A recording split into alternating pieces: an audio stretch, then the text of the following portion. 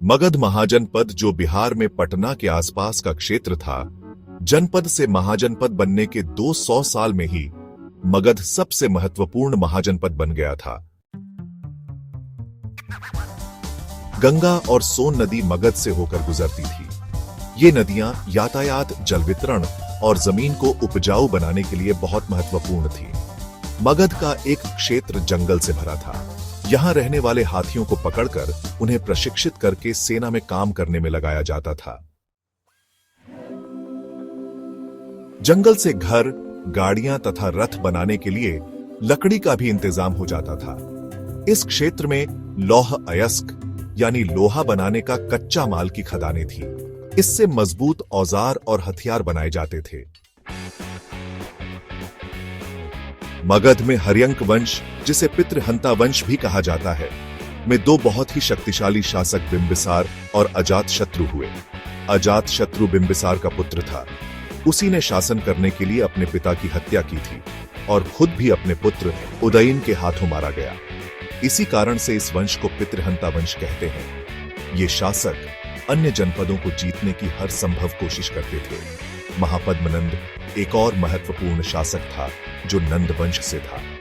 इसने भी मगध पर शासन किया और अपने राज्य की सीमा उत्तर पश्चिम तक पहुंचा दी थी। राजगृह, अब राजगीर, कई सालों तक मगध की राजधानी बनी रही। बाद में पाटलिपुत्र, अब पटना को राजधानी बनाया गया। सबसे पहले पाटलिपुत्र को मगध की राजधानी उदयन ने बनाया था। 2300 साल से भी पहले की बात है।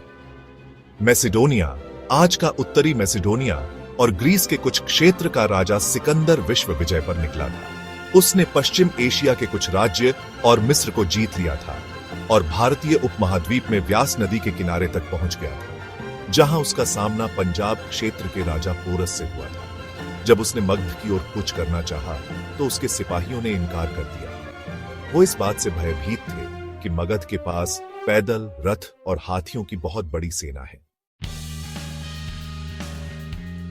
वज्जी राज्य मगध के नजदीक ही बसा एक राज्य था, जिसकी राजधानी वैशाली बिहार में ही थी। यह राज्य एक अलग किस्म की शासन व्यवस्था से चलता था, जिसे गण या संघ कहते थे।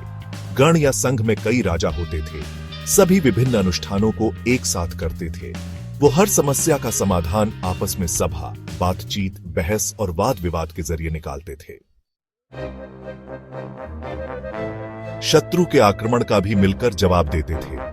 स्त्रियां, दास तथा कम्मकार इन सभाओं में शामिल नहीं हो सकते थे और वैज्जी संघ का वर्णन दीघ निकाय से लिया गया है, जो एक बौद्ध ग्रंथ है।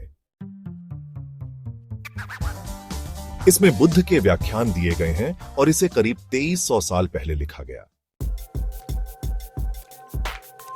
अजातशत्रु वज्जी संघ पर आक्रमण करना चाहते थे। उन्होंने अपने मंत्री वस्साकार को बुद्ध के पास सलाह के लिए भेजा।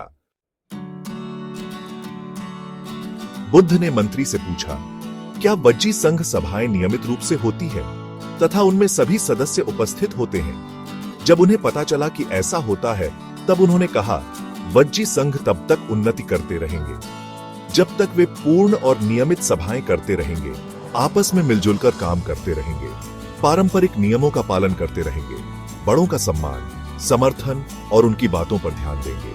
वज्जी महिलाओं के साथ न जबरदस्ती और न बंधक बनाएंगे। शहरों तथा गांव में चैत्यों यानी बौद्ध मंदिर का रखरखाव करेंगे। विभिन्न मतावलंबी संतों का सम्मान और उनके आने जाने पर कोई रोक टोक नहीं लगाएंगे।